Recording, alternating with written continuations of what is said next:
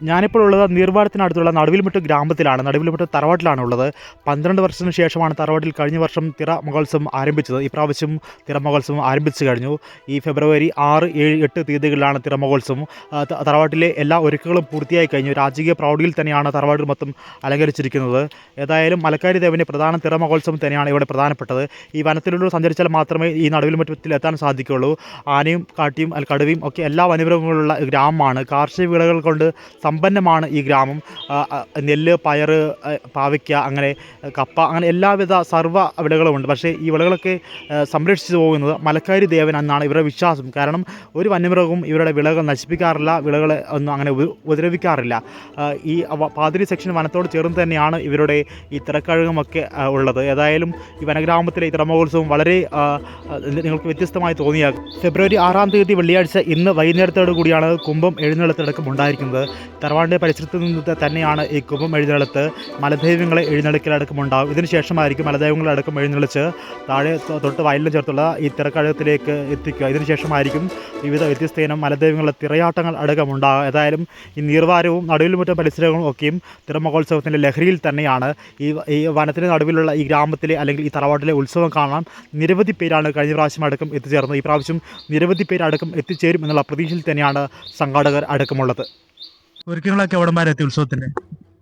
ശ്രീ നടുവിൽമുറ്റം മലക്കാരി ക്ഷേത്രത്തിൻ്റെ ഒരുക്കങ്ങൾ ഏകദേശം എല്ലാം സെറ്റായിട്ടുണ്ട്. നാളെ വൈകുന്നേരത്തോടുകൂടി വിവിധ തറവാടുകളിൽ നിന്നും നാട്ടിൽ നിന്നൊക്കെ ഒരുപാട് ഭക്തജനങ്ങൾ ഇവിടെ എത്തിച്ചേരുന്നുണ്ട്. എല്ലാവിധ സജ്ജീകരണങ്ങളും ഇവിടെ ഒരുക്കിയിട്ടുണ്ട്. അതുപോലെ തന്നെ ഇനിയിപ്പം മറ്റു കാര്യങ്ങളൊക്കെ നാളെ കാരണന്മാർ വന്നിട്ട് കാര്യങ്ങളൊക്കെ തീരുമാനിക്കുന്നുണ്ട്. അങ്ങനെയുള്ള കാര്യങ്ങളൊക്കെ നാളെ തീരുമാനിക്കും.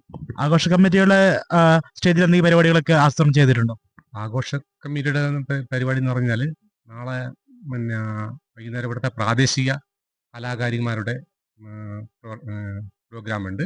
അതിനുശേഷം 7 തീയതി രാത്രി കമ്പളക്കാട് നാടൻ കലാസമിതിയുടെ നാടൻ പാട്ട്, അത് ആഘോഷ കമ്മിറ്റി ഭാഗമായിട്ട് തന്നെ ഇവിടെ സ്റ്റേജിൽ നടത്താൻ ഉദ്ദേശിക്കുന്നുണ്ട്.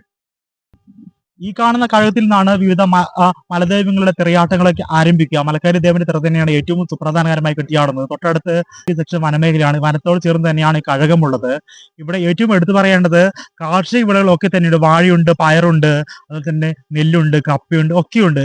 അതുകൂടാതെ രൂക്ഷമായ വന്യമൃഗശല്യമുണ്ട്. ആനയുണ്ട്, കുരങ്ങുണ്ട്, കാട്ടുപോത്തുണ്ട്, എല്ലാ വന്യമൃഗങ്ങളുണ്ട്. പക്ഷേ ഇവിടെ കാർഷിക വിളകളെ ഒന്നും തന്നെ ഇവ ആക്രമിക്കാറില്ല.